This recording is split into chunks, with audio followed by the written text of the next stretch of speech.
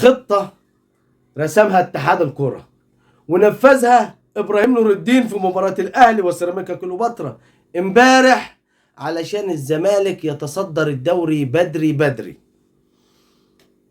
الاهلي ينهي كافة التفاصيل مع اللاعب محمد الضاوي لاعب النجم الساحلي، واللاعب يحضر الى القاهرة غدا لتوقيع الكشف الطبي عليه واولى الصفقات الشتوية ان شاء الله بالتوفيق للنادي الاهلي. السلام عليكم ورحمة الله وبركاته. يا ريت كل اللي بيشوفنا يدعمنا بلايك واشتراك في القناة فضلا وليس امرا، دعما لحبيبك واخوك سوبر اهلاوي. لو حضرتك اول مرة تشوفنا او تتابعنا تكرم علينا باشتراك في القناة ولايك على الفيديو. هدية وقدمها على طبق من ذهب ابراهيم نور الدين للاعب الزمالك او لفريقنا او لنادي الزمالك. هدية، مش هنقول سيراميكا كليوباترا قدم هدية، لا، ولا هنقول الاهلي قدم هدية. ده ابراهيم نور الدين واتحاد الكرة قدموا هدية لنادي الزمالك، واللي وقع على الهدية وبصم عليها وختم احمد حسام ميدو بادارته لمباراة الاسماعيلي امام الزمالك النهارده. وكأن احمد حسام ميدو مش بيلاعب يعني مش هو المدير الفني للاسماعيلي، ده المدير الفني للزمالك. المدير الفني للزمالك.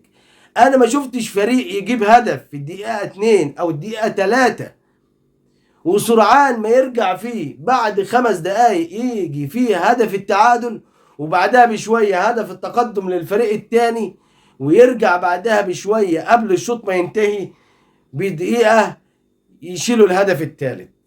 الإسماعيلي هو ما بيتغيرش، تفويته من 50 سنة، لأن معظم اللاعيبة اللي بتلعب في الإسماعيلي كانت بتلعب في الزمالك. المدير الفني النادي الإسماعيلي بالجهاز الفني كله زمالك.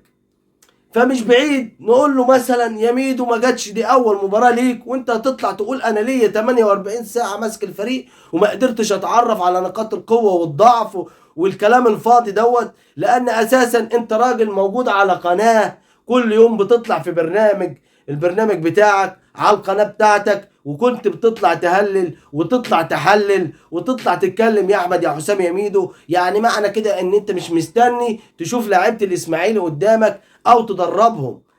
معنى كده ان ادارتك للمباراه كانت غلط في غلط. يا راجل ده انت رايح تحتفل مع جمهور الزمالك بعد المباراه ما خلصت ان الزمالك اتصدر الدوري، بس اتصدر بايه؟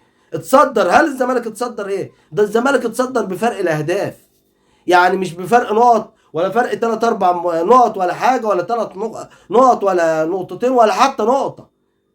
يعني اي تعادل للزمالك او هزيمه للزمالك وفوز للاهلي خلاص الاهلي يركب، وكده كده الاهلي يعتبر في الصداره لان فرق الاهداف ده في اخر الدوري بيحسم بالمواجهات المباشره، وانتوا كده كده الزمالك لسه ليه مواجهه مع النادي الاهلي او 2 في الدوري.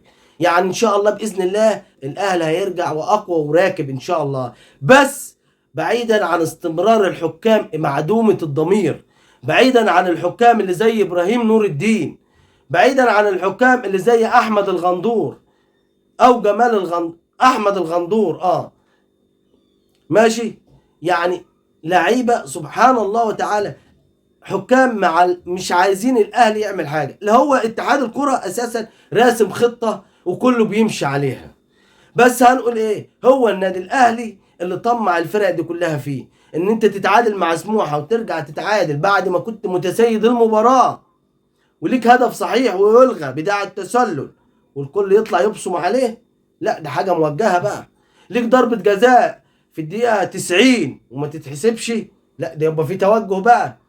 تيجي النهارده الاسماعيلي يجيب جون بالخطا لان محمد حسن مش قصد ان هو يجيبها جون اساسا، لكن تخبط بالصدفه وبمشيئه الله تخبط في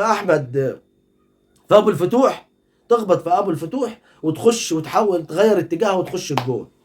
بعدها ب5 دقايق بالظبط الزمالك بيجيب هدف التعادل. الاسماعيلي وكانه بيقول له احنا ندمانين ان احنا جبنا فيكم جون، لا هذا هدف التعادل. بعدها بشويه يجيبوا ضربه الجزاء والجون الثالث. معنى كده ان الزمالك كان او الاسماعيلي عايز الزمالك يفوز، مفيش لعب، مفيش اداء من الاسماعيلي، مفيش غيره، مفيش حميه اساسا، حتى ان اللعيبه بعد ما جابت الهدف او هدف التعادل للزمالك، اللعيبه الاسماعيلي مش عارفه تدافع اصلا، لو في نص ملعب ولا في هجوم ولا في دفاع للاسماعيلي، حتى حارس المرمى مستواه ضعيف جدا. وزي ما بقول لكم احمد حسام ميدو رايح يحتفل مع جمهور الزمالك في المدرجات بتصدر الزمالك للدوري. ده بالله عليكم مش يبقى اتفاق وعيني عينك يا اخي اتقوا الله؟ ده اول مباراه مسكت الاسماعيلي ماسكه وهو في المركز ال 15 نزلته للمركز ال 18. وان شاء الله باذن الله يا احمد يا حسام ميدو طول ما انت ماشي بضميرك ده كده، ولعبت الاسماعيلي اللي كانت مموته نفسها قدام مباراه قدام الاهلي، مش هي دي لعيبه الاسماعيلي كانت بتلعب النهارده علشان حد يطلع يقول لك الزمالك لعب الزمالك عمل؟ لا، الاسماعيلي اساسا ما كانش موجود في المباراه اساسا. والاهلي ينهي اولى صفقاته الشتويه مع اللاعب محمد الضوي، اللاعب اللي مكسر الدنيا في النجم مع النجم الساحلي، وقال لك كده كده النجم الساحلي في ضائقه ماليه ان شاء الله وتتفك بيهم العقده، وان شاء الله باذن الله. والاهلي انهى كل التفاصيل مع فريق النجم الساحلي او اداره النجم الساحلي، واللاعب ان شاء الله هيحضر بكره لتوقيع الكشف الطبي عليه.